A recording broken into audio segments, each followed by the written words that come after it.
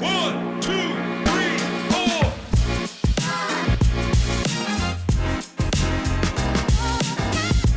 Hello, everyone. This is quite the milestone for this podcast because, it's my privilege and honor to be able to welcome someone of the likes of Clement. And he, as we'll go through his introduction, you'll realize that he is no less than a celebrity in the product management space, and the kind of experiences that he's accomplished, and the kind of teaching that he is going to share with us is going to be an incredible lesson for us. And I'm extremely excited. And it's truly a privilege. So, Clement, welcome to the podcast. How are you? I'm doing well. Thanks so much for having me. No claims to celebrity here. I'm just doing what I can to be able to help out product managers wherever I can. So again, thanks so much for having me on. Super excited to chat. Yeah, perfect. So I'll very quickly introduce you, which by no means is a small feat because it's like when I started with kind of just researching on you, there were around 27 experiences on LinkedIn that I had to just sift through and find the relevant one. So I apologize in advance if I miss out on any, but here goes nothing.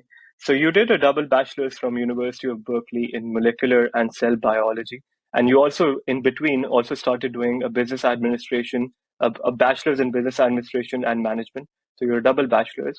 After graduating from university, you started your career as a business analyst at Applied Predictive Technologies, which is a MasterCard cloud-based analytics company. Then you moved into a formal product management role at Movoto, which is a tech real estate startup, or it was at that time.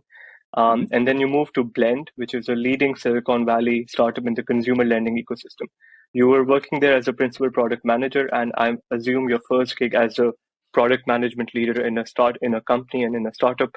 And since then, and since the past couple of years, you've been working as a founder for your own company, which is called Product Teacher, and we'll talk a lot about that.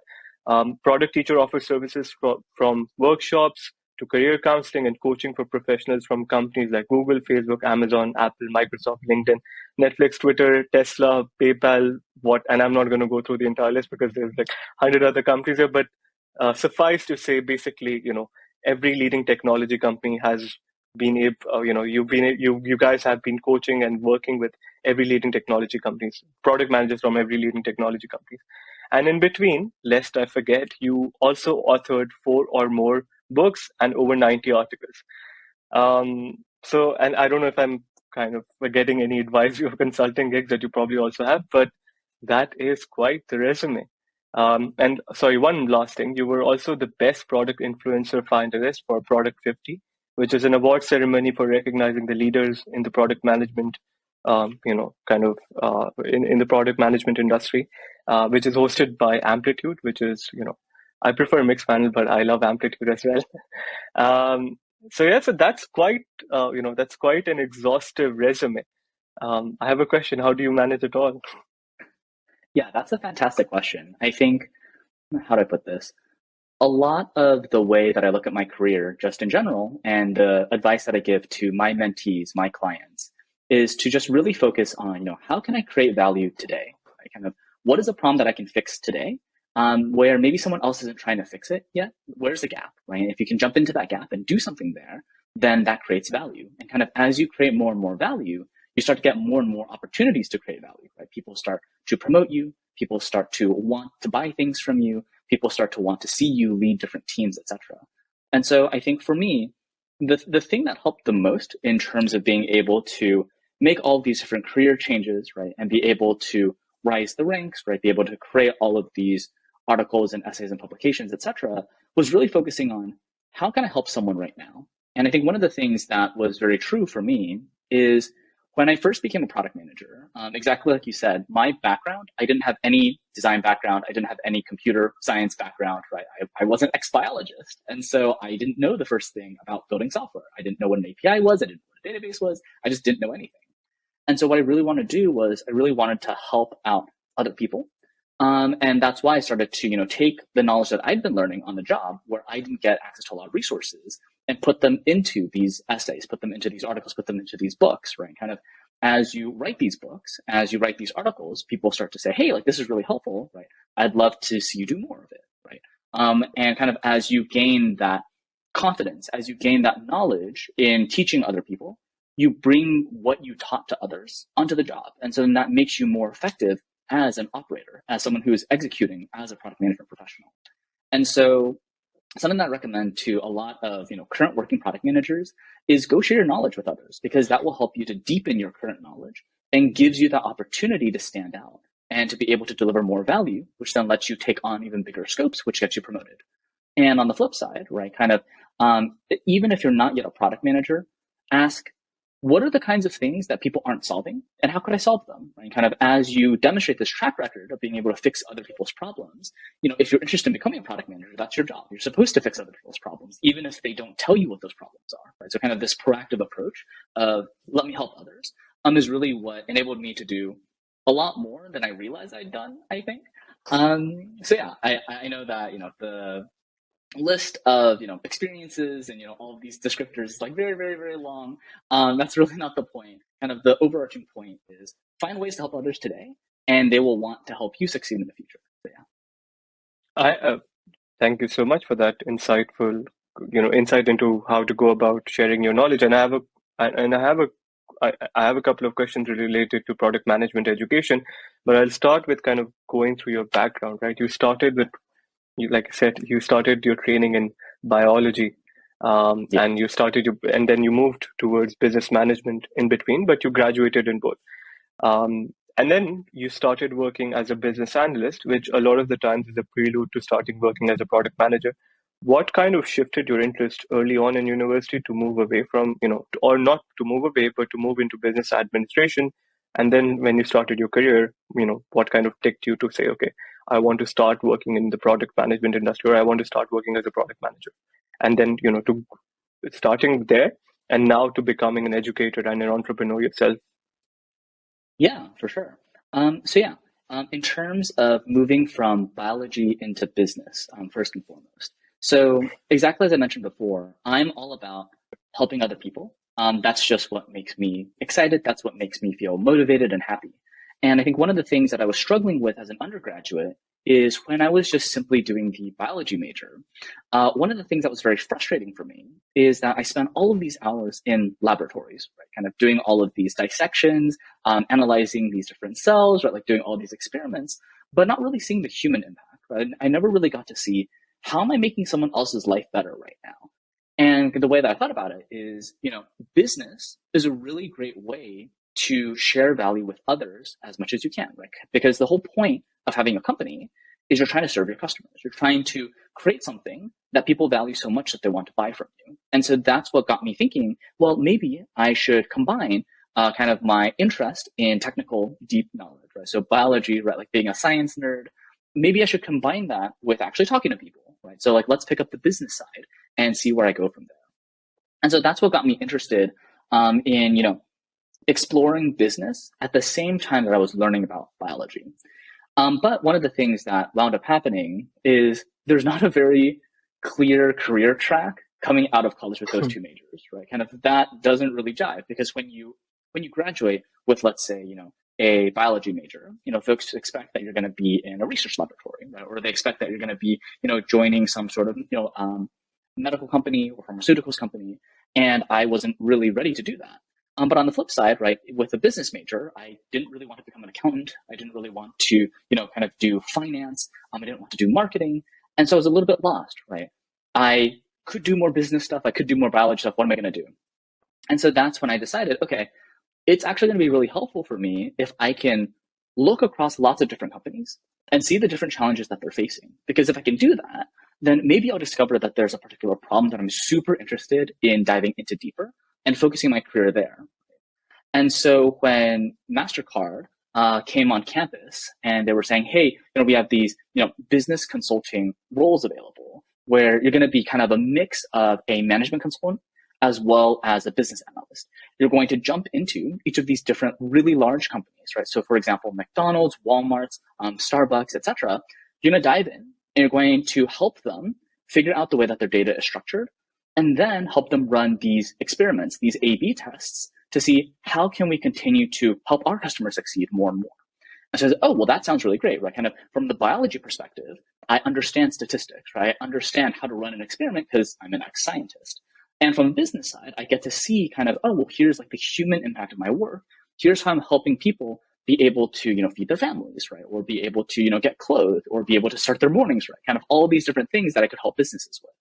And so that's why I decided to jump into this initial role out of college. And kind of as I was doing that role, one of the things that was really interesting is that we were delivering this value to our customers through software, right? Basically, we had this analytics platform that was built by PhD statisticians, and it was super, super powerful, right? It did all of this, test versus control analysis. It identified all of these biases automatically. It helped you make sure that the experiment that you were running was actually truly solid. But one of the core problems that happened was that the end users of that software, right, like within, McDonald's, within Walmart, within Starbucks, they're not PhD statisticians. They're marketing analysts, they're operations analysts. And so they didn't really understand how to use the software, right? Kind of as this, business consultant, I spent about 3 to 4 hours every single day on the phone doing basically tech support.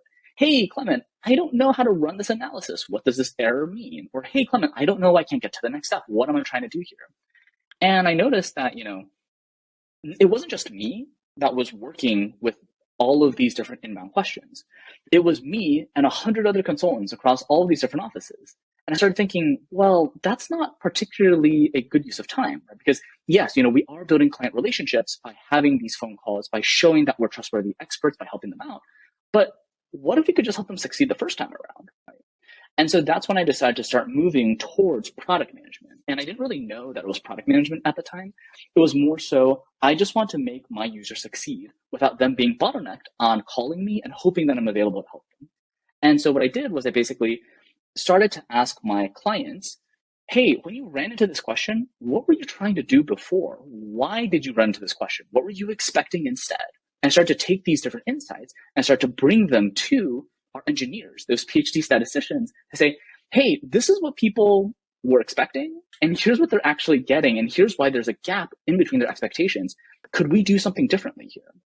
And over time, what we started doing was we started to create these different, lightweight prototypes of what if we could do this workflow this way instead? And people found that, hey, like this is a lot easier. I'd love to actually see that be implemented. And we basically released this new set of functionality, right, that was a lot more user-friendly, that didn't rely so much on them calling us and asking for help. So that's really kind of how I got started on my journey in product management. And so when that real estate company decided to reach out, right, they said, hey, Clement, we see that you're really great at understanding, A/B testing, right? You're really good at analytics. And we also know that, you are good at understanding people's pains. We're trying to break into a new market right now, and we want to create a new product for that market. Can you help us with that? And so kind of that's how I decided to jump over to Movoto, basically to formally become a product manager. Whereas before, when I was working at APT, it was very much of this like informal role where I just wanted to be able to jump into the gap and find how can we use the product to solve people's pain instead of having this very like manual process where people are having to be involved. So that's really how I got started. Does that answer your question? Kind of like what did I not cover there? I know that was kind of like a long explanation. No. To be very honest, I think you covered everything, and it's a very natural segue to my next question about. So often enough, like you talked about, that people don't end up deciding that they want to go into product management, right? Or at least 10 years ago. Now everyone does because it's quite the fad. But I'll give you my example, right? When I started working for my first company where I was working, I saw the product team, and I was working as a digital marketer. I saw the product team, and I was not at all, blown away by by what they did. And so the role itself never quite appealed to me. And I was working across different silos, and I thought that's all there is to product management. And then I worked for a bigger company, and then I worked for a company that was, that had majority of their clientele working for, let's say, in North America, right? That had majority of their users working in North America. And I saw the product team there, and I saw the kind of difference between the two ecosystems and the two landscapes. Yeah. And I was completely blown away the kind of impact and influence the product management team had on the roadmap and the strategy of the business itself.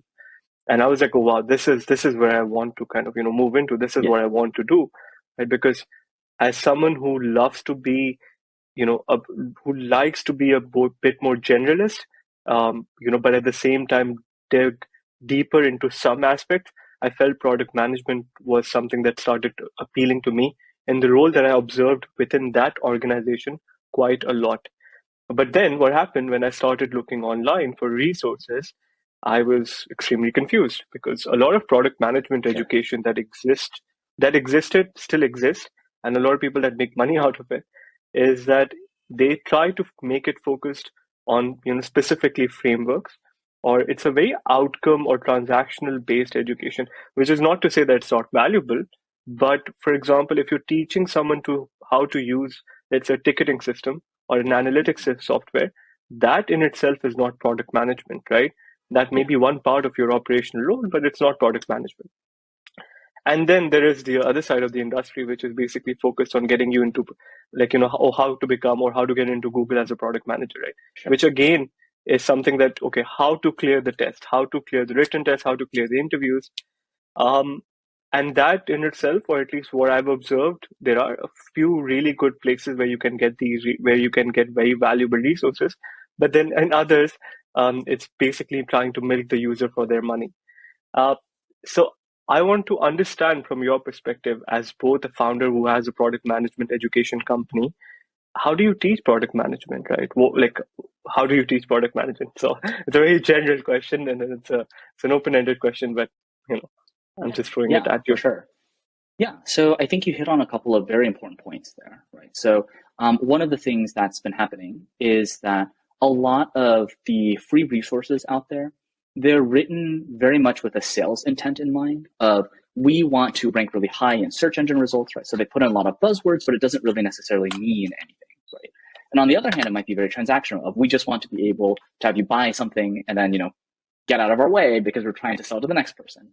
Whereas what I want to do is I really want to see people succeed as product managers because I've seen firsthand the kinds of things that a product manager who's properly educated can do. Like they can change people's lives for the better, right? I think one of the things that resonated very deeply with me is, this is a bit of a tangent, but I want to talk through it because I think it's really important for us to consider what are we actually signing up for when we become product managers. When I was working at Blend, one of the things that I was doing was I was building kind of this like loan application software, right? Kind of this platform to help consumers and loan officers work together a lot more effectively.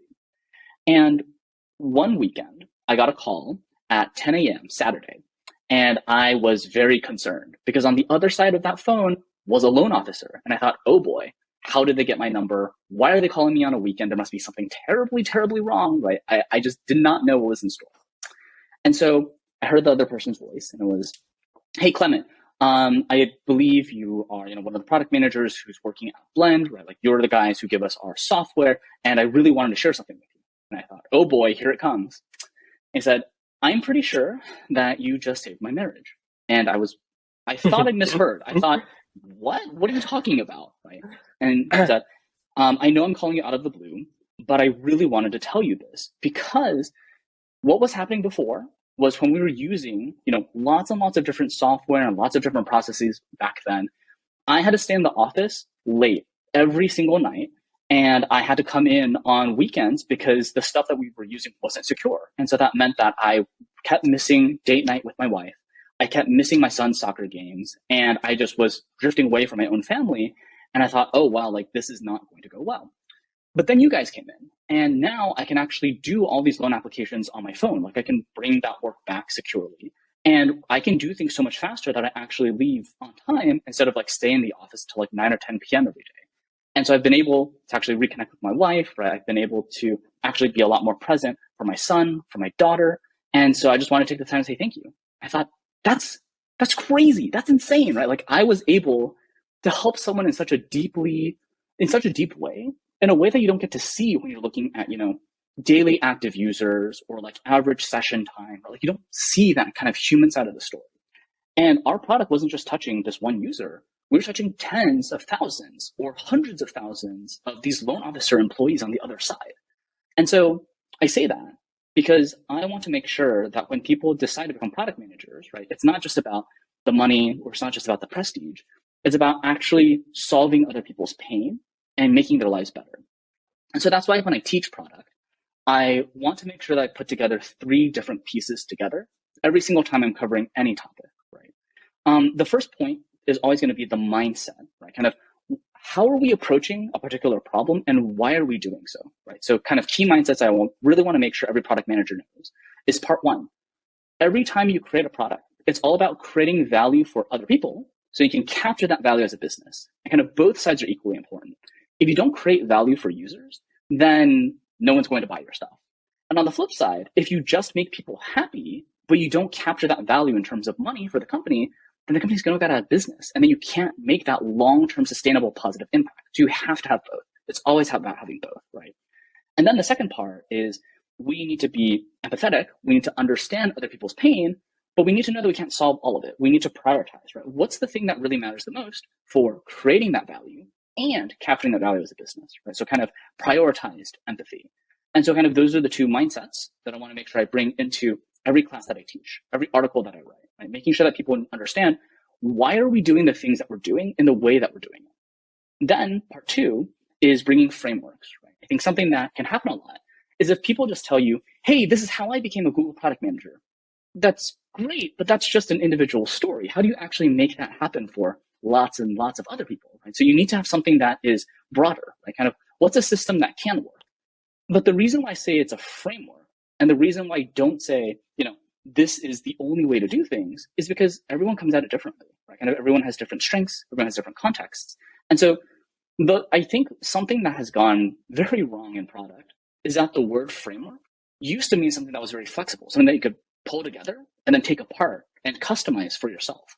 But now a lot of people use frameworks as though they were like recipes written in stone, right? Like you can't deviate from it at all. And that's not true, right? The whole point of a framework is that you understand, okay, here's the outline, here's the way that I could do it, and I'm going to mix it up for myself. Right? So part 2 is always, here are the different steps that you can take and why each of these steps is valuable, but also here are the different ways in which you can skip these steps or remove these steps or change these steps. And that way it works better for you. And then the third part, finally, is always my own personal experience, right? And so what was it that I went through? Because I think a lot of times, if you're just getting kind of like the academic, okay, this is how you calculate customer lifetime value, and this is how you calculate customer cost of acquisition, and this is how you calculate this metric, blah, blah, blah, blah. It's really academic. It's really boring, right? And so you don't see how that applies to your own life. And so something I've noticed is that by talking about, okay, you might not believe that this approach works, but here's how it worked in my own life. And here's how I would have done it differently if I were in these other situations instead. Right? So kind of by combining these 3 pieces together of this is the mindset of why we're doing the thing that we're going to do. And then the framework, how we could do it. And then finally, the firsthand experience, what it looked like in practice. That then gives people all of the different tools that they need to actually take that knowledge and apply it to their own situations and apply it to their own context. So that's really how I approach teaching product. It's not about there's only one right way to do things. It's here's what's worked based on not just my experiences, but from the experiences of many other leaders, many other companies out there. And here's how you can take it to use it in your own life is really the way that I want to teach product. That's incredible, to be very honest. That's such a thoughtful bottoms up, first principle thinking's approach, because you're absolutely right. I personally think that frameworks now have started being as more of an outcome rather than a process or like I remember reading this article, and it was by Sequoia or one of the newsletters, and it talked about how frameworks and playbooks are a way to be able to take really ambiguous and hard and complex ideas and to somehow place them in some kind of plane, right, in kind of some aerial plane where you can see these 2 different things together, and it just helps you understand the context better. Now they're used as an outcome. Okay, as a product manager, I created a framework, or or I created a SWOT analysis, right? And not really why did you do that or what was the purpose of that. But thank you so much. That's so incredibly insightful. So moving on, there's another pitfall that we often end up that product managers and just generally there's a lot of written material about it as well, is that it's within a company or within a startup, whether that's a small one or a big one, or whether that's a bigger organization, the culture matters a lot, right? And still, because Yes. product management as a profession is something that is still growing, right? Mhm. It's quite difficult to be able to, and it because it varies so much from industry to industry and company stage to company stage, that it's quite hard to be able to find that one fit solution for everyone. So I want to understand how important is culture, to be able to when you're building your own product team, and how do you yourself, foster a culture of collaboration and innovation in your team? Yeah, great question. So I think culture, how do I put this? Culture is really kind of thinking at like the group level. And I think a lot of times when people start thinking about culture, they think, oh gosh, this is something that's really, really big. And there's not like a lot that I could do, right? Like I've tried, changing the way that people work, and I've tried like telling them to do things differently, and it's just not working. But culture is really just individual values that you then share with lots of other people. And then all of that together then creates a culture. Right? And so anytime I'm thinking about culture, I always want to begin at the individual level, which is going to be me first, right? How can I make sure that I'm bringing the right values in play based on what is the problem that we're trying to solve? Right? And so I think something that happens a lot is when product managers enter an organization, I think something that they expect is, oh, well, the organization is obviously going to respect me, is obviously going to trust me, is obviously going to let me do what I say should be done because I'm the one who's making the decisions. Like, the point of a product manager is to make decisions, and that's true. But on the flip side, I think what happens is that because now you've got this person who's just joined the team, everyone else doesn't necessarily know whether they can trust you yet or not. They don't necessarily know what value you can bring. And so then now you're working with all this distrust. And when you say, okay, I want to change the culture. We're going to be agile now instead of waterfall, right? We're going to be transparent instead of siloed, right? We're going to have all these different weekly meetings. We're going to have all these status updates or whatever. People start to freak out. They start thinking, okay, this person is coming in and they're moving all of our stuff, right? Like they're changing the way that we work, and they didn't even take the time to understand why we're doing what we're doing. And so something I always want to begin with, anytime that I am joining a new organization, anytime that I am moving to some new part of the organization, and of course this applies to all of my clients as well in terms of the advice that I give them, is first take the time to understand that your teammates, your colleagues, they are your customers too. Like you need to understand that you're not there to direct them or to tell them what to do. You're there to serve, right? Like product management is all about servant leadership. And so the very first thing that you need to bring to the table is you need to bring empathy, right? Like you need to bring, I'm here to help, and I'm not biased against anyone. I'm not biased for anyone. I just want to understand what's going on. Kind of why are you doing the things that you're doing? And so something that's really important is to understand what are the challenges that the engineering team is facing, and why are they facing these challenges, right? What are things that they wish went better whenever they're working with product or when they're working with design or working with the rest of the business? And then when we think about our design team, well, what are the things that they're frustrated with, right? Kind of how could we make it easier for them to work with product, to work with engineering, to work with the rest of our customer-facing counterparts? When we're working with sales, marketing, etc., we also want to go on that listening tour too, because our product serves them too. Right? If our product is not easy to sell, if it's not easy to market, if it's not easy to drive customer success or customer support, we've got a problem. And so we need to understand that. Right? And so we want to make sure that we're opening up all of these, two-way communications for them to be able to give us constructive criticism. Right? What are the things that didn't go well for you in the past? And why is that, right? What are some ways in which I might be able to help? And so we want to come into the role with a lot of humility, a lot of empathy, and a lot of flexibility, right? Kind of you want to understand what is the context that we're operating in and why did it wind up this way? And then from there, that's when we can start to diagnose, okay, I see that there are these kinds of silos, or I see that there are these kinds of things that aren't working. We're now going to create this type of process, or we're going to start to create this type of strategy, because that's what fits the needs of all of these different customers the best. And so one of the things that you mentioned earlier on, which is very true, resonates very deeply for me, for the client that I serve, etc., is that product is contextual, right? There's no one right way to do product because every product serves a different set of customers. And every product team operates in a different organizational context. And so what's really important is to always begin with, who am I serving, right? Who are the teammates that I'm working with? And what were the things that didn't go so well for them in the past? Like, how can we start the chapter over again and find ways to actually collaborate a lot more productively together? And sure, they still won't necessarily trust you out of the gate, right? You don't have a track record with them yet because you haven't worked with them yet. But now at least they're going to give you the space to say, okay, well, at least you understood where I'm coming from.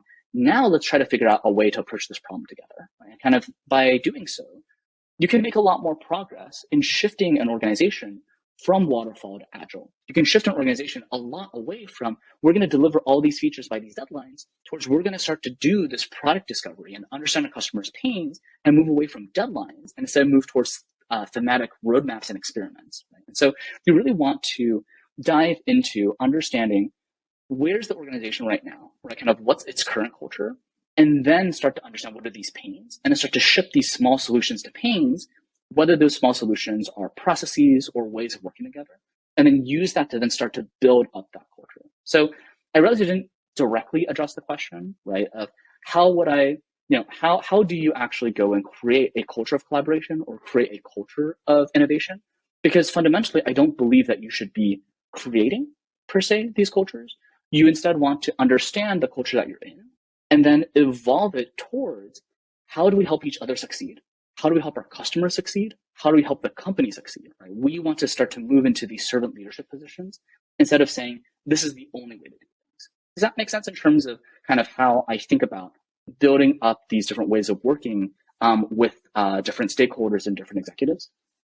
Yep, absolutely. And I think when you step into a certain role and when you step into a certain team, like you said, it's more about adapting to and understanding what culture are you present of.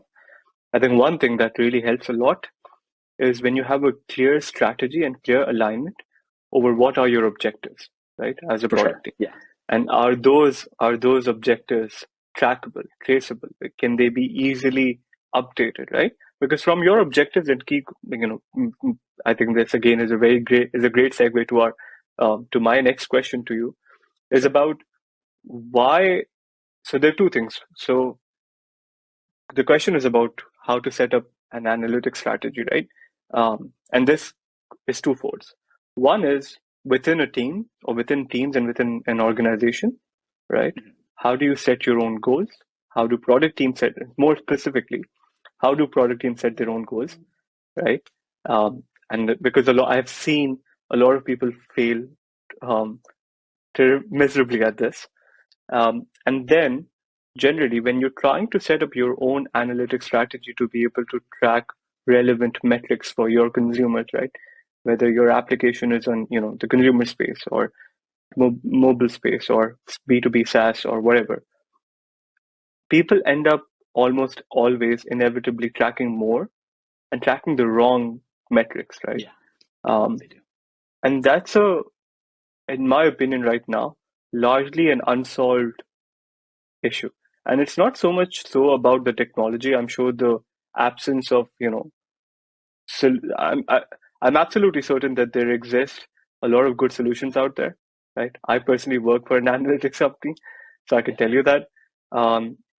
But the point is that a lot of it is about mindset as well. And so when you're setting up an analytics strategy for your own organization, how do you do it within two microcosms? One, for your customer, right? Not for your customers, but basically what are you tracking from your customers? And then from when you have that tracking data available, how do you set up your OKR strategy from that? Yeah. Fantastic question and fantastic observations. And so the very first thing, which exactly like you said, is we need to think very carefully about the mindset with which we're approaching analytics, right? I think a lot of time people think of analytics as something that is pure, right? Or something that is, absolutely objective, right? Hey, if we get this metric, then we're doing well. And if we don't get this metric, then we're doing poorly. And that's just not true. I think something that we need to keep in mind is that analytics is just a tool. It's a way for us to understand the reality of the world, but it doesn't replace the reality of the world, right? And so as an example, you might see usage go up or go down, but that doesn't tell you the why. Why are people using it more? Or why are they using it less, right? Is it that maybe you have some other product out there that's solving the job better? Or is it that a competitor jumped in? You don't know, right? And so analytics is not the be all and end all. It's simply a tool. And I think what happens is a lot of times people think of analytics as the be all and end all, rather than thinking of it as a very helpful tool, but still a flawed and incomplete lens that has to be paired with deeply understanding your customers by talking to them, and deeply understanding your business executives by talking to them. Right? So that's really kind of the core mindset. First is analytics is a very powerful tool, but one that tends to be misused. And so we want to be very careful about how we're using it. So from that lens, right, we want to make sure that we're selecting metrics that actually matter. What do I mean by this? Many times, what people will do is they will read these different playbooks, right? Or they will see these different industry benchmarks and say, oh, well, if this is an industry benchmark, I need to do the same thing. So they'll look at, okay, what is the conversion rate? Or, okay, what is the customer lifetime value or whatever, right? But instead of doing it that way, right, kind of circling all the way back to something I mentioned very early on, every product team needs to create value for customers and then capture that value for the business. And so one of the most important metrics to track right out of the gate is what's the thing that's creating value for customers? And you don't know what's creating value for customers if you don't talk to customers. Right? And so something that happens a lot is people will say, oh, okay, well, if they sign up, that's creating value. Is it? Right? Like just because they signed up doesn't mean that they actually found that your product solved their pain. Right? And so something, as an example, the way that, in its earlier days, the way that Netflix thought about what is a successful user is someone who didn't just watch a video, right? Not someone who just created an account, not someone who just has multiple users on a single account, right? What is the thing that actually creates value for people? It's when within Netflix, they say, here are the at least three different things that I want to watch in the next few weeks, and then actually use it, right? Like come back within the next week and actually look at something on this playlist, right? That's what creates value. And so the metrics that you're looking at in terms of what is actually creating customer value needs to be very nuanced. It needs to be very targeted and very specific for your specific users, their specific pains, and your specific product, right? And so you want to look at it from that lens instead of just, hey, how much session time did we have? How much monthly active users did we have, right? Kind of like how many times have people referred our product to other people? Like that's not what actually matters. What actually matters is what is the thing that actually created value for your users, right? So as an example, in one of the essays that I've written, right, like let's say that you are working on a customer relationship management system, a CRM, right, something that tracks leads and converts prospects into customers or sign opportunities. What you don't want to do is you don't want to just say, hey, the thing that creates value is the number of times people log in. That's not what matters, right? When people log in, they don't get value from your product. They just logged in, right? And when they look at stuff, maybe it's valuable, but you don't know that it's actually valuable, right? Okay, well, what if they create a lead within the system? Well, that is something that's potentially valuable because now they're tracking something. But just because people created leads doesn't necessarily mean that they're doing stuff with it. Doesn't mean that they're necessarily collaborating on it. And so what's the thing that creates value? Is it that, hey, they didn't just create a lead, but they then successfully moved this lead into the next stage within some time period?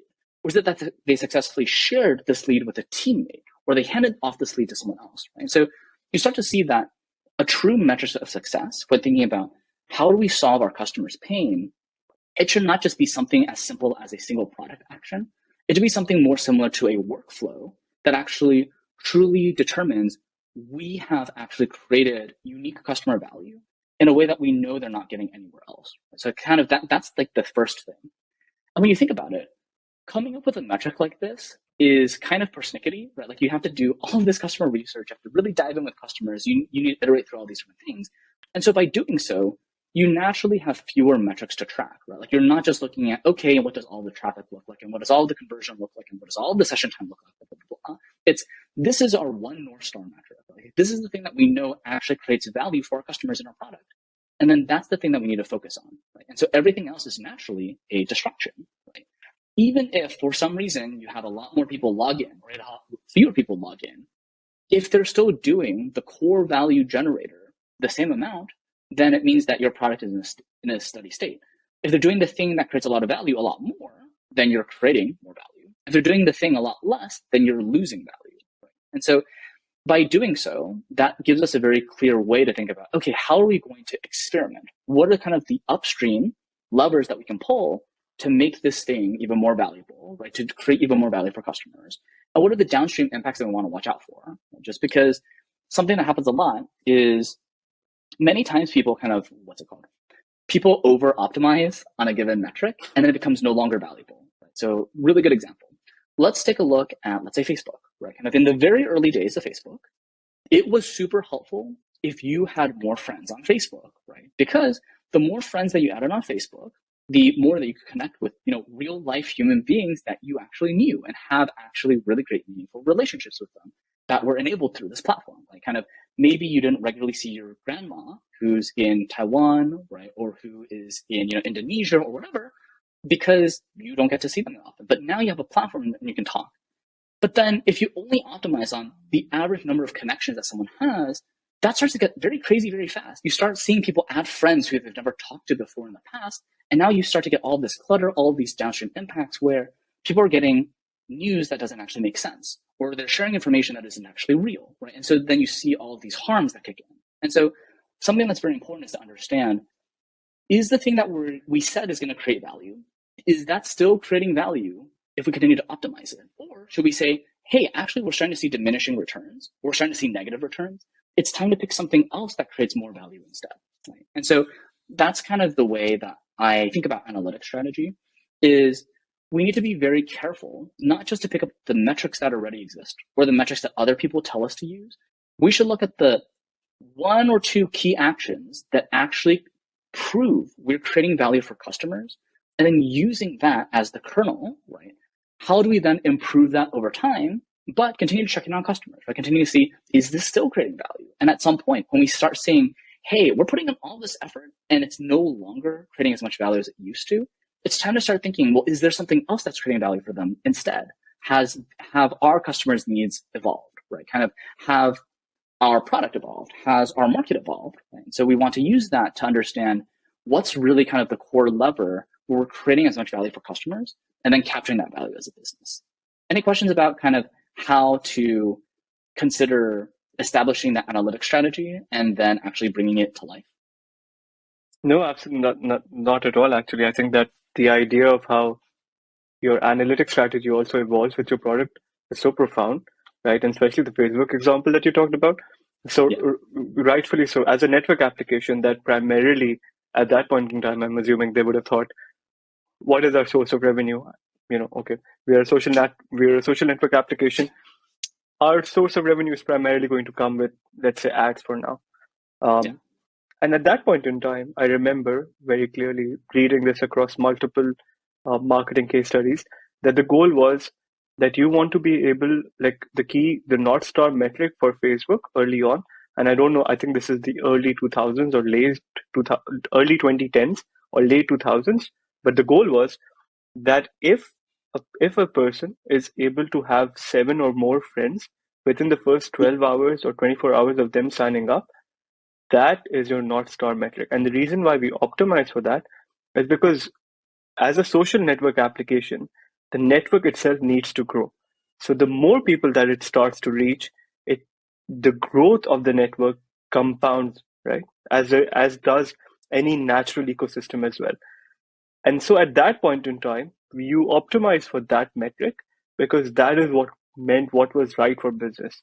But later on, when let's say you amassed 1 billion users, the goal no longer is to grow at the same rate, but the goal is how do you retain users or how do you make sure that they spend more and more active time? And there, the quality of the content starts becoming more relevant. So how your analytics strategy evolved over different phases of your business is extremely important, and you have to be you have to be aware enough to be able to kind of adapt to that with time. So Exactly. yeah, thank you so much.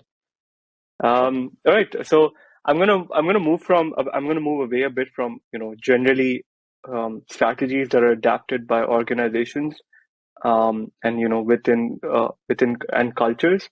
A few questions that product managers tend to ask a lot, or this is one question, the burning question, right up there amongst a list of few others, is that how technical do you need to be a successful product manager, right? And you talked about how you didn't have training in computer sciences, but you had training in hard sciences, right? Being able to know statistics and then being able to apply that for A/B testing was extremely important. And that training was, I'm assuming, was extremely helpful for you to be able to settle into that technical part of product management. So my question is, how important is it for product managers to be technical? or how technical do they need to be? And just generally, how do they for people that aren't that they for people that are not technical? How do they upskill themselves to be technical? Yeah, great question. And yeah, we run into this question very frequently with our own readership base, right, with our own clients, etc. I think something that's really helpful is to take a second and actually look at that question itself of how do I become more technical, and flip the question on its head. Why do we want to be more technical? What is the value that you get from being more technical? Right? And I think many times people actually don't have a good answer for why should I be more technical, right? They might think, well, if I were more technical, maybe I'd be more successful somehow. People told me that I should be more technical, right? And so it'd be great if I were more technical. But why, right? Because when you think about it, product managers also need to be able to work alongside customers, but no one ever tells product managers, be more empathetic to your customers. Product managers need to do negotiations and pricing and work with the law. But no one ever says, hey, product manager, go to law school, even though you might work with lawyers and procurements and etc. Right? You do need to work with information security. You need to make sure that whatever you're building is secure, but no one ever tells product managers, hey, go do penetration testing, right? Or go learn all these things about security. And so I think what happens a lot is people see that, hey, my engineers are really, really smart. My designers are really, really smart, and I feel really intimidated. And so I just don't feel good. And if I were more technical, magically this would disappear. That's not true. In fact, many times being too technical as a product manager can actually make you a worse product manager, because what happens is if you know too much about how engineering does things or how design does things, you might fall for traps of, oh, well, I know that engineers can only do this kind of stuff, and so I'm not going to ask them to push farther. Or I'm not going to ask dumb questions, which then means that we're not as innovative as we could be. Or you might spend too much time trying to, micromanage the way that people do things, instead of setting the appropriate targets of these are the things that we should aim at, and providing the context of here's why we should do it. You don't want to be the one saying, we need to build an API with this specific structure, with these latency times, using these algorithms and these lines of code, right? Because you're no longer a product manager at that point. You're more of a program manager, or you're more like an engineering manager. You're no longer a product manager. And so something that I want to address, right, is the point of being technical is not so much to be technical, but to help your technical counterparts, design and engineering, make better decisions. Okay, well, if the goal is to help make them make better decisions, what are other ways that we could help them make better decisions? Well, something that'd be really helpful is for us to understand what are the kinds of decisions that they're trying to make, right? And so when an engineer is trying to decide between algorithm A and algorithm B, well, why? And it's maybe, oh, well, algorithm A is super easy to implement, but it is going to really harm our user base. It's going to be really slow for end users if we do this once we're past some point. Algorithm B, super hard to code, but it's going to last forever, right? And if you knew this trade-off from engineering, you could then help them with the context. Oh, well, right now we're pretty small and we don't expect to hit that breaking point, and we need to be fast. And so let's just use the fast and dirty one. Or maybe it's, we're serving 1 billion users. We can't do the fast one. Even if we have deadlines, we need to just go and reset expectations of the people and do it right. Even though we need more time, I will help you get more of that time. And so it's all about understanding what are the decisions that they're trying to make, and then helping them make those decisions better. But what are the inputs that you need from me? And the inputs that they always need from you as a product manager is 2 things. One, what do customers need? Because again, we're trying to create value for customers.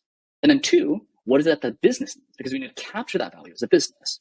And so whenever product managers say, I wish I were more technical, I say instead, you want to have more empathy to engineers. You want to have more empathy to designers, more empathy for technical counterparts to help them do their jobs better. You don't want to be them. You want to help them. You want to serve them. You want to lead them. You don't want to be them, because that's not your job. And so there are some cases where this isn't true. Right? So if your product specifically serves technical counterparts, right? If you specifically build databases, if you specifically build APIs, let's say that you work at Stripe or you work at Plaid or Finicity, any of these companies that the end user is actually literally engineers, yes, you should be more technical, because you will be able to understand their pains a lot more. Right? You might not understand just how bad it gets to try to optimize a database if you've never done it before. You might not understand how hard it is to build an integration if you've never done it before. But most of the time, product managers, their end users are not engineers, right? Many times they are, day-to-day end users, right? Your average citizen in some average country somewhere, right? Or they might be an employee, or they might be a mom, or they might be a dad. They're not going to be that technical. Right? And so It matters a lot less that you're technical. It matters a lot more that you know how to work with technical counterparts. And so that means part one, getting the right information from them. What are the kinds of decisions that you're trying to make? And how can I make it easier for you to make the right decision?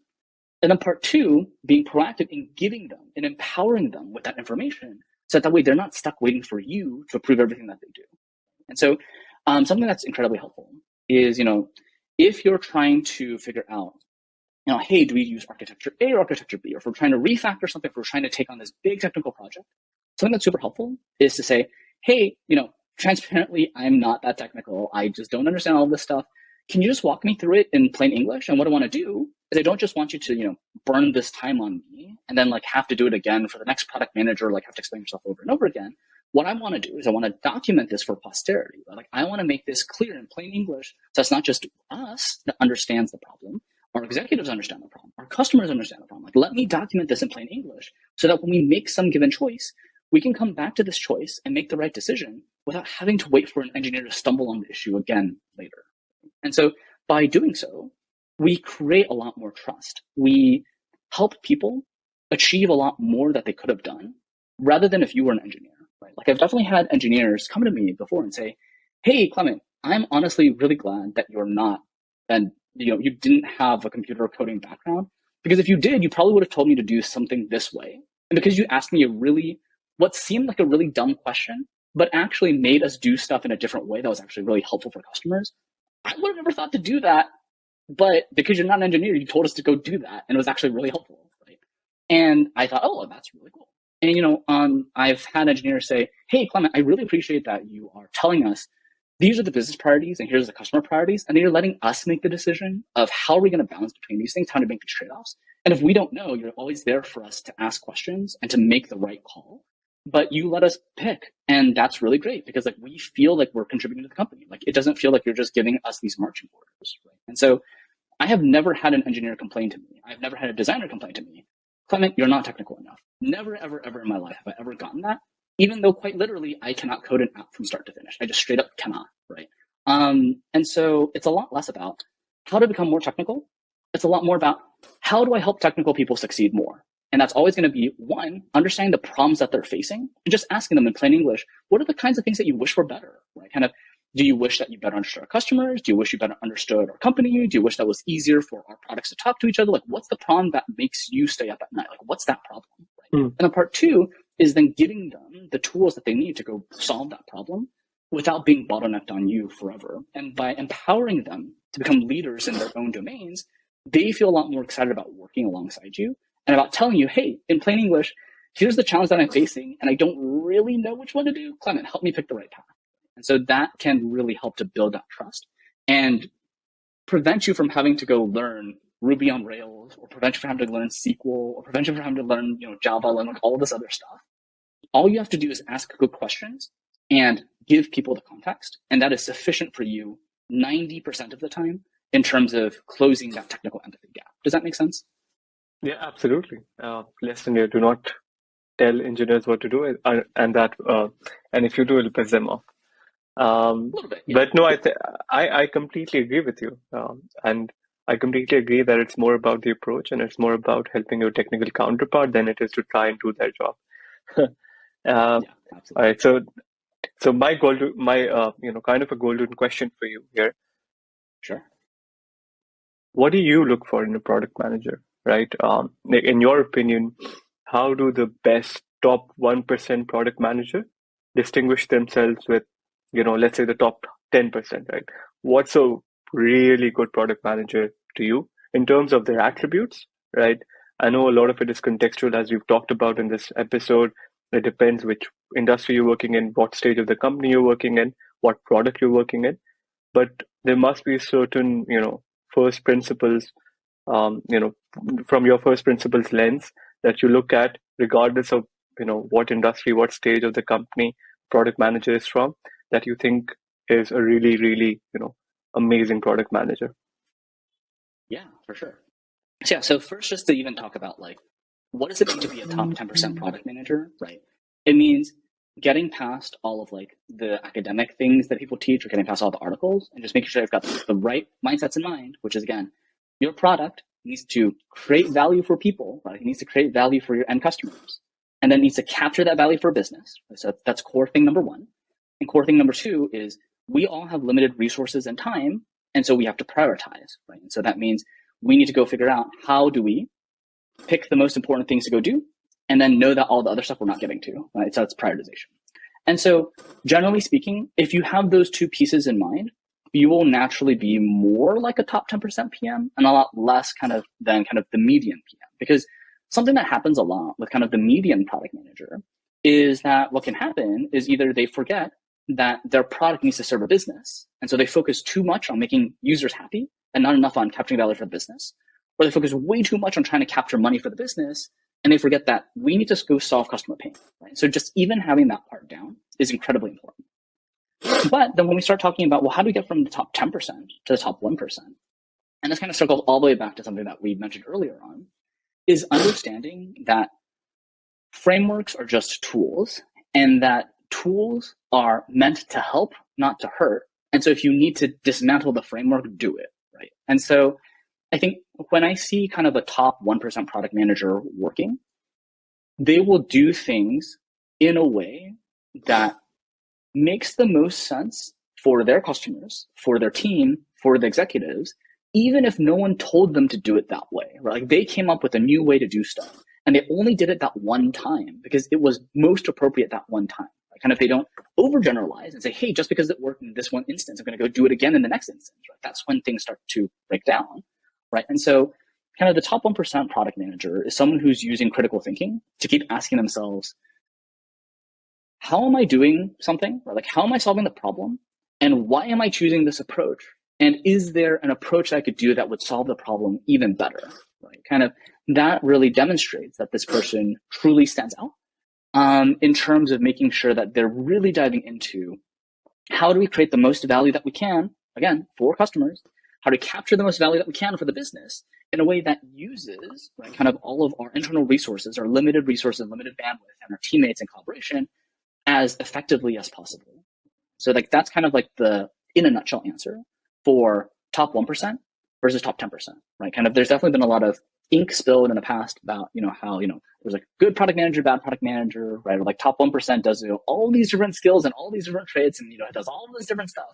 But just making it super simple, the top 10% know that their product has to create value for customers, but also simultaneously capture that value for the business. Like that's the most important thing. And then the top 1% know that even if something used to work with them in the past, something used to work at other companies in the past, it's not always going to work. And so they're thinking through, why am I doing it this way? And is there a way that I could do it even better? And kind of using that very critical and iterative improvement lens on everything that they do, whether it's the specs that they write, whether it's the customer discovery that they do, whether it's the analytic strategy that they come up with, having this very like adaptive and growth-oriented mindset is truly what has the 1% stand out and succeed in a variety of situations where maybe the top 10% might not be able to adapt to quite as quickly. So basically kind of steelman your own approach and say, okay, this is what I'm doing. What would I have done if I wasn't doing this? And kind of always being in that existential circle of, is this better or is this better, right? And you also need to be savvy enough to be able to say, or to be able to make that decision that if I do think about, if I'm steelmanning the approach that I am taking, is the approach B that I think might be better? What makes it better, right? And then when you're taking that approach B, you're thinking about it again. You're thinking, okay, is there something that I can do even better? So it is quite a challenge to be able to it is quite a challenge to challenge yourself at all times, to be able to improve and adapt and come up with better strategy at all times. And I think that's truly, like you said, the mark of true, like not just for product management, but for any profession that you're in. How quickly are you? How frequently are you challenging yourself and your approach? And I'm sure that's something that you as a founder have found helpful for yourself as well. Yeah, for sure. All right. So the other thing, just before wrapping out that question, is have some self-compassion. I think one of the things that happens when people hear this advice of keep challenging the way that you're thinking, right, and push yourself to the top 1%. I think many times people start to think, oh, well, if I'm not the top 1%, then I'm terrible. right? And it's like, oh, I need to question everything I'm doing and I have an existential crisis always. And it's not that, right? Like there are days when I'm not top 1%. In fact, there are days when I'm not even top 10%. Like that's just human behavior. Like we will have natural fluctuations, right? But it's more so knowing that whatever decision that you made, that decision was not set in stone. There were other ways that you could have attacked that problem. And so it's good to reflect on, was that really the best way that I could have done it? And if there was a better way, I should learn about it and know where that quote unquote better way might fail me in the future if something else changes. Right? And so it's more about striving towards the top 1% and less so about it being statically, you're either in or you're out. Right. So the other thing to just pair with that is we're all human. We all make mistakes, right? So like have some self-compassion and don't push yourself if you're not there yet. It's something that can be trained a lot faster than, let's say, having to know how to simultaneously, code and read contracts and do pricing negotiation and design and do all of this other stuff all at the same time. It's a lot more about think through why you're doing the things that you're doing and whether there's a way to do it better and how that better way is better in some situations and not in other situations. That's really kind of the core trademark. Yeah, absolutely. For a product manager, context switching is so fundamental. And if you don't, like, for example, if you don't have it, you definitely learn it on the job. You do learn. Yeah. All right. So let's, we're approaching towards the end of our episode, and I'd be remiss if I didn't ask these questions. And I don't know when we'll have the opportunity to call you next. And it kind of goes very well. I researched these questions before ChatGPT came out, and after ChatGPT came out, I think they just became all the more relevant. I just to kind of just recalling some numbers from the top of my head, ChatGPT reached 1 million users in 5 days, right? And that's the fastest growth ever for any product, or at least for any product that's been measured like this. So it's incredible, right? We're entering the decade, or we're entering the era where AI has truly become productized in a way that it's consumable by a very wide audience. And as much or as far as I know about AI, the reinforcing algorithm or the reinforcing technology in it is just going to mean that the more data and the more consumption that we have of such products, the better it's going to become. And if compute and memory and storage can keep up with it, who knows, we might even reach general AI pretty soon. So I'm not going to ask you philosophical questions about AI, but I do want to ask you, in regards to product management, how do you think product management will evolve in an age of AI? And how do product managers prepare themselves for it? Yeah, for sure. So I think something that is incredibly valuable about AI is that it does pattern matching a lot faster than kind of the way that it used to work. And what do I mean by pattern matching? Let's say, hey, I'm trying to look at x-rays of like broken bones as like a doctor, right? And I had to use all of these, qualitative cues and like context that I learned over decades to figure out like, hey, what's the issue with this x-ray? But because a computer or an algorithm can kind of like look at all of this stuff near instantly and then figure out all of these different patterns that humans might not have known about and come up with a much more accurate diagnosis much faster, right? AI is very good at pattern matching. But what AI is not very good at is not pattern matching. And I know that that sounds very obvious, right? But a lot of product is not pattern matching. You're not trying to do more of the same stuff in the past. Many times you're trying to solve a totally new problem that did not exist before, right? And so from that lens, as product managers, we want to delegate more and more of the pattern matching type stuff to AI and retain a lot more of the non-pattern matching stuff, a lot more of the creative stuff, or a lot more of the new stuff. And that is where we're going to actually stand out as PMs. And so what do I mean by that? In the past, a lot of product managers spent a lot of time going through a lot of customer feedback, right? Like customer feedback kind of floods in, right? Kind of you have all of these different, data dashboards, you're looking at all these things, you're trying to figure out what is the thing that people have problems with and how do we prioritize this, right? And what we're going to probably start seeing is using AI, we will see the patterns a lot faster, right? So here are kind of the key issues that different customer segments have broken out by segment, or like, hey, here are these different customer segments that we could go after without you having to define what is the customer segment. So that could be very valuable. But what the AI can't tell you as a product manager is which one to prioritize from a business strategy lens. Like you just straight up won't have that, right? And so as a product manager, in terms of gathering the inputs, we're probably going to be spending a lot less time there. But in terms of justifying the output, in terms of having the narrative of why are we doing this one thing out of the thousands of other things that the AI told us we could have done, right? That's going to be more important. And so in terms of like input analysis, we will be spending probably less time there. It's going to be a lot more valuable for us to say, here are the places where we're going to start taking this path. Here's why we're taking this path. And here's when the pattern stops working, what are we going to do in those situations? Right? So basically, when we find that, hey, this customer segment that like the AI identified that we're going to go after is not as viable as we thought it was, right? Well, we need to go figure out why that is, right? Like, why did the pattern stop working? And so that's kind of how, one way in which AI might change it. Another thing that I want to call out is, AI is not all that new. Like AI has been in place for a long time in terms of driving more personalization for customers and more effective operations for teammates, right? Like a lot of people already use kind of these, automatic, schedulers when they're working with teammates of like, hey, like how do we make sure that people have like long blocks of free time to do deep work and like kind of schedule all their meetings like in these different blocks? Like that's AI, right? And when we say, hey, customer, you should purchase this thing with this other thing, like that's AI too, right? And so AI is not something new or something threatening for product managers. It's something that is going to continue to, what's it called? It will help to cover a lot more of the pattern matchy type stuff, but a lot of like the critical thing still needs to be a product manager. Like, the product manager needs to be more of an editor and less of the maker. And so like, let's say, for example, that we're looking at like a product strategy document, right? What matters more is not the presentation of the doc or the sections of the doc or the prose of the doc. The AI can help with that. What matters more is that you're picking the right narrative. Like you're the one who's editing the narrative to say, this is the thing that we care about, and here's why it's urgent, etc. But in terms of the actual prose that connects the logic, that the AI can do. Right? And so, yes, humans need stories, and humans need, executives need to read like a crisply written document so that they can go make a decision. But we're going to be spending, not 5 days writing a product strategy doc. We'll spend 1 day editing one. But it matters a lot more that we know how to edit it.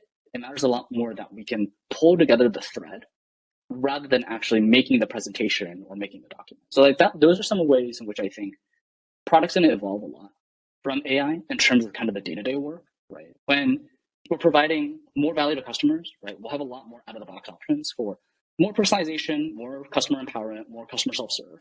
Working with teammates, like our operation is going to be a lot more effective, whether it's like analyzing, customer insights or identifying, metrics that need improving, or whether it comes down to, even just something as mundane as scheduling meetings, that will be a lot better. And then, for product managers themselves, right, like we'll write documents a lot faster, specs a lot faster, presentations a lot faster, right? Like we can probably come up with graphics or even like mock-ups, like, wireframes a lot faster without needing to wait for design, because we can just tell, right, like Stable Diffusion or whatever, I want you to give me a mock-up of this thing in this way, and you'll come up with it. But what matters a lot more is kind of making the calls where you're going to start breaking the pattern, because the AI is not going to give you new patterns, it's just going to give you matched previous ones. Does that make sense in terms of kind of the way in which I think it's going to change the way that product works? It does. But I'm going to kind of play the bad guy here and try to counter that. So as you should. I agree with you. I agree with you. I think that the question of being able to make that decision at the end of the day, the anti-pattern, like you pointed out, is that okay? I have two texts in front of me, and I have, let's say, two options in front of me. Whether I go with one or whether with two, that prioritization can't be done with AI yet, right? But do you think as a society, right, are we prepared for this technological leap? And the reason I ask this is that in order to make that decision between A and B, you need to have both functional and domain expertise that you've accumulated over years. Now, if I kind of think about a college graduate that's in their very, very, let's say, that in their first year or in their second year and their third year, and they have access to this tool, which in a lot of ways can help them get through school pretty easily, right? I'm not saying that we won't have. There are, after ChatGPT, especially after ChatGPT was released, there was a lot of noise on Twitter about the ethics of it, about that we have to think about this kind of technology that we are making accessible to everyone out there and the kind of impact that it has, and are we as a society truly prepared for it? For example, what kind of roles does it impact, and do we have the systems in place to be able to detect, whether someone is actually genuinely, whether that's someone's genuine work or whether majority of it is hacked together, right? And I'm not saying that, the someone who's an artist is just going to be able to use something like DALI 2 to create better art, because for them it's just another, it's just another brush that they use to be able to pour in their creative, they provide the creative input to and just get better outputs. I'm not denying that. But I am saying that when you make this tool and you give this tool to, like let's say the mass, the wide public, it allows them to be able to hack things together pretty quickly. And so when someone has pretty much hacked their education and some part of their career, when it comes to kind of judging or prioritizing between A and B, do you think that they'll still be as good or they'll still be effective in doing so as someone who didn't have that? As someone who didn't have that? Yeah, And great question. yeah, yeah. Yeah, for sure. And so I think, so I want to tease apart the question in a couple of different pieces, just because I think like that will help to clarify some of the components. And so part one, are we as a society prepared? And the answer is just straight up no, because we as a society have not done a very good job of a lot of quote unquote foundational technologies. And so as an example, right, like we're not very good with electricity. We are polluting a lot, right? And like the earth is suffering, and like that's just electricity, right? And like that's pretty quote unquote basic today, but we didn't do a very good job of it, right? Like social media as a technology, right? Like search algorithms as a technology, there are a lot of biases locked into them, right? Like they become echo chambers. We haven't done a very good job of it. And so are there a ton of flaws? Yes, right. Are there going to be a lot of problems with its adoption? Absolutely, right. I think even the internet, like we did not do a very good job of rolling out the internet in like an ethical, defensible way, right? Like there are, not even just in terms of the technology from like a societal perspective, but even from like a technical perspective, right? Like HTML is supposed to be documents, and like we're building web apps out of these documents but we're not supposed to, right? Like that whole protocol is just very messed up now. And so, are we ready? No, right? And we're never going to be ready, right? I think it's more about, can we identify that there are a lot of unanswered questions and a lot of flaws, and we need to all do our best to try to mitigate the negative impact, I think is more important, right? So, there's a lot of questions, right, about, hey, well, if we're analyzing kind of like all these different patterns, well, how do we give credit to the people who like came up with stuff in the first place, right? Like that's not a well-answered question. How do you prevent, having more biases against underprivileged, underrepresented people? Like that's also not well done, right? So kind of just part one, are we ready? No, absolutely not. But can we mitigate some of the impact? Yes, as long as we're thoughtful about, here are the ways in which it's flawed. Here's the way where it perpetuates a lot of the inequalities in society. Like let's just keep an eye on that. Okay? And so like that's part one. Part two is in terms of, is someone using this technology going to make worse decisions than someone who did not? Right? Kind of, I want to come at this from two lenses, right? Like one from a macro lens and one from a micro lens. And so from a macro lens, right?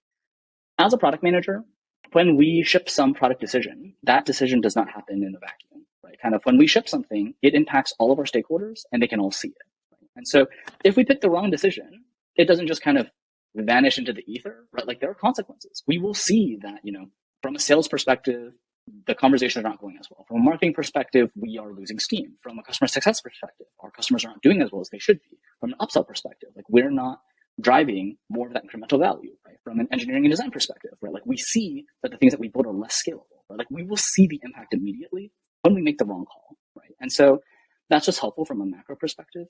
And also, because product managers are not just working by themselves, there are typically more than one product manager like within an organization, unless you're a very small startup. That's like a totally different thing, right? But as a PM, your product interacts with other products, right? And so someone else is going to see that like, hey, this decision seems kind of off the rails, like let's intervene.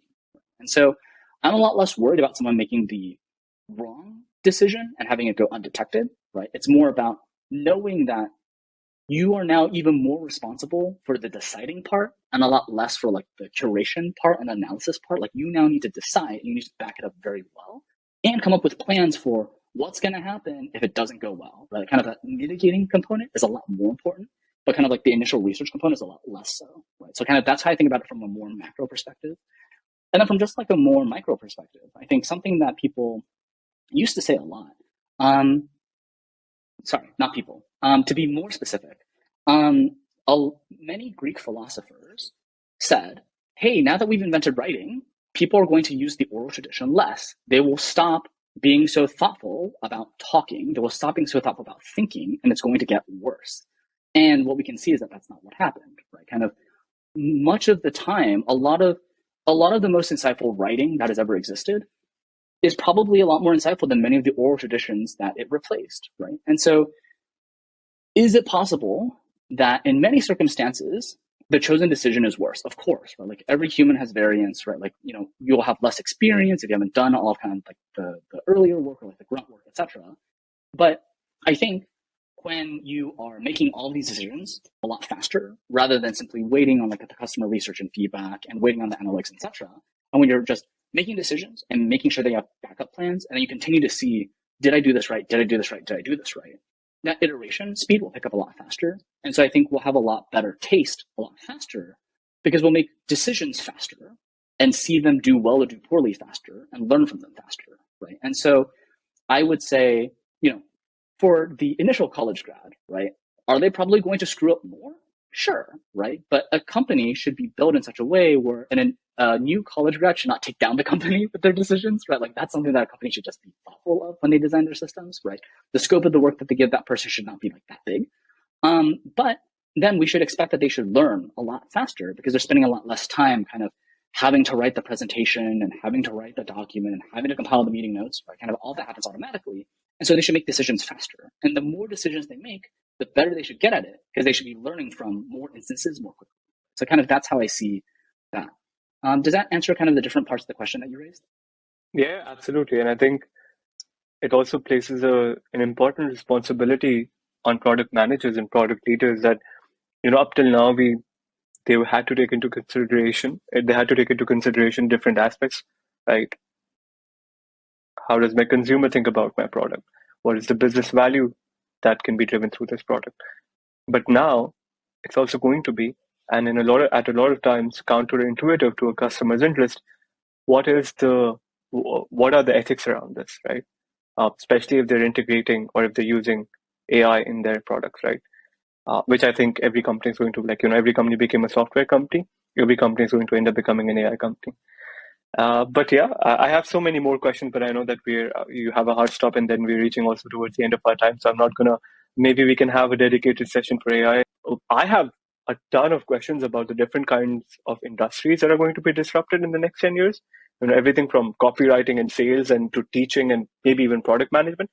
And I am both scared and fascinated, and I have so much, there's so much of literature around different people's perspective on what the future is going to look like. And I'd love to be able to kind of just decompose and kind of, just to talk through that with you. But I'm going to spare that maybe to another episode. For my final question, and I asked this from all my guests, what are some of your favorite books? And they don't need to be about product management. Some of them. As a rule, I've started reading less and less business books because all of the articles and video content that I consume is, mostly about product management and business and whatnot. So I try to read more fiction. So what are some of your best books that you'd like to recommend our readers? And, what are some of your favorite houses of content? I call them houses of content because content no longer is, it's the format has gone, right? It could be podcast, it could be video, it could be blogs, articles, books, whatnot.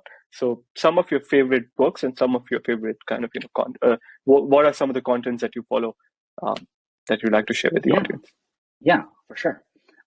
So admittedly, I have kind of the same challenge around books in that a lot of product management knowledge is evolving very, very quickly, and there's a lot more written about it online than like compiled into books, right? So I think a lot of the books that I look at are a lot more kind of like long-lasting knowledge and a lot less so kind of like tactically, hey, here's what's new in product.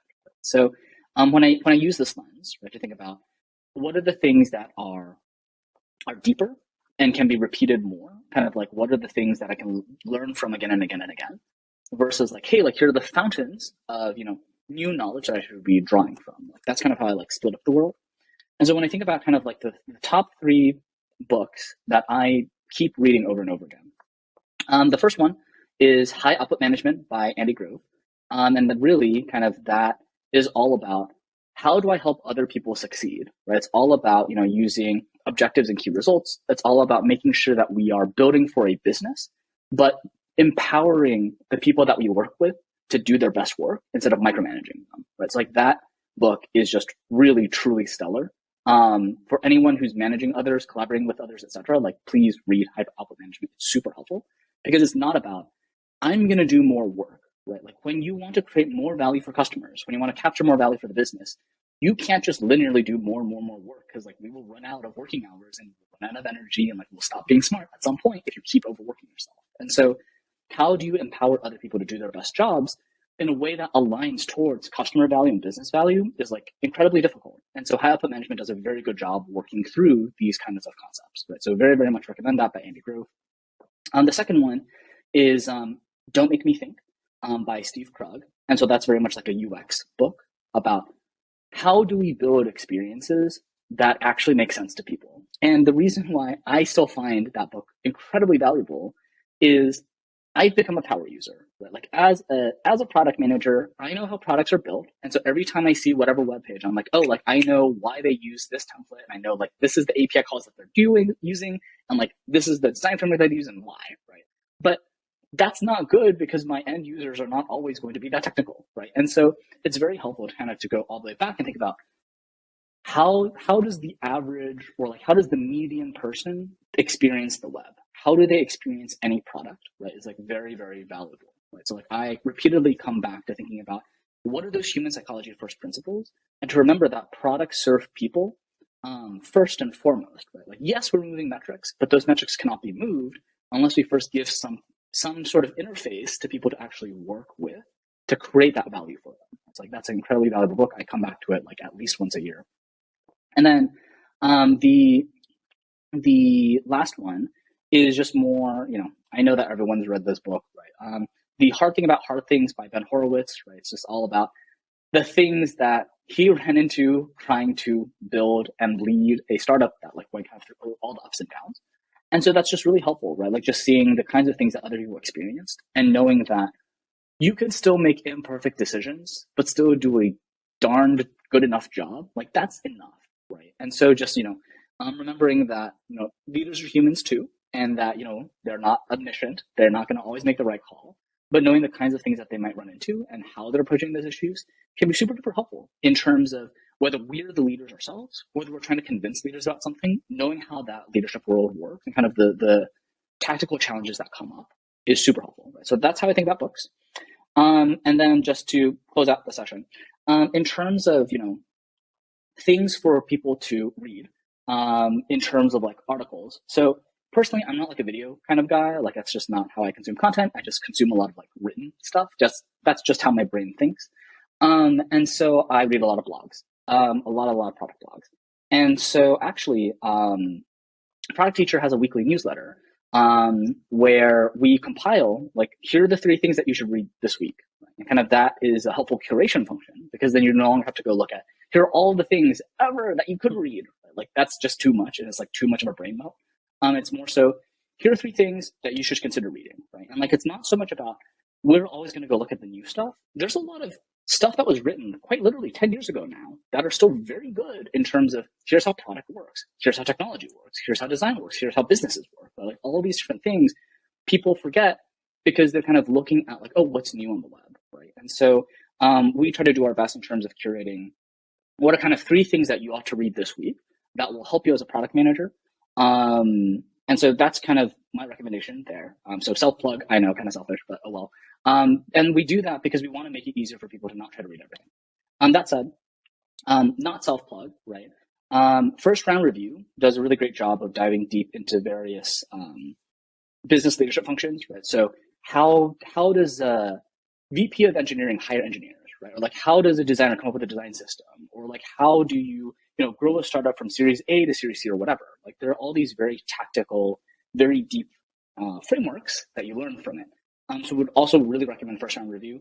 again, the grain of salt that I put there is what you read from first round review, right? As with any framework, do not say that I must do all of these steps always, right? It's more about here are some things that other people used in the past, and here's why they used it this way. But what am I going to do differently? Right? Like, how am I going to apply this to my situation? Does it even make sense to apply this to my situation? Right? So kind of bringing that critical lens into anything that you read, even the articles that I write about product, right? Like, you should ask critical questions. What are the things that might work for me? And what are some of the things that I just straight up think aren't going to work? And here's why I don't think it's going to work, right? Like, asking those questions will make you a better PM. So that's kind of how I think about kind of resources for product managers in terms of books and blogs. Yeah. Right. No, I think that's a great list. And Hard Things About Hard Things is also, I read it around 3 years ago now. And it's still one of the best books I've ever read. And it's not so much, I love the narrative. Like, generally, for example, one of my other favorite business books is Shoe Dog by Phil Knight. And it's about, like, I love to be able to, it's about when they're telling these narrative based kind of, story, like when they're writing from a narrative perspective, right? Um, what I love to be, or what I think of myself as like a bee in the room, and I'm just kind of absorbing all of that insight and content from whatever was happening at that point in time, and that's incredibly insightful. It's a lot of fun to read as well, because business books a lot of the times can be very dry. But thank you so much, Clement. Thank you so much. It was an absolute honor and pleasure. Like, apart from all the learnings that we've kind of, induced in this session, and me personally, I just had a lot of fun talking to you. I just had a lot of fun discussing these ideas, talking about things, going deeper, kind of steel manning things and arguments. So it was an absolute pleasure. And I hope we have you again. And thank you so much. And for our listeners, if you like this podcast, please, it'd be a great help if you could just comment, subscribe to the channel, also subscribe to the to the weekly newsletter by the product teacher. And it's also important that you give us feedback, because as someone so Product Soch has been there for a year, but our podcast is recently launched. And as someone who's, trying to kind of gather that feedback about what our listeners would love to read and work on it like a true product manager, putting our product manager hat and just trying to iterate on the kind of content we want to put out there.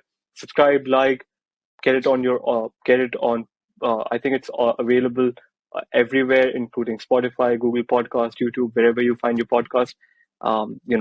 Give us a thumbs up, give us feedback, and we'll work on it. Thank you so much, Clement. It was a pleasure. Yeah, had a wonderful time. Thanks so much for having me. Really appreciate it.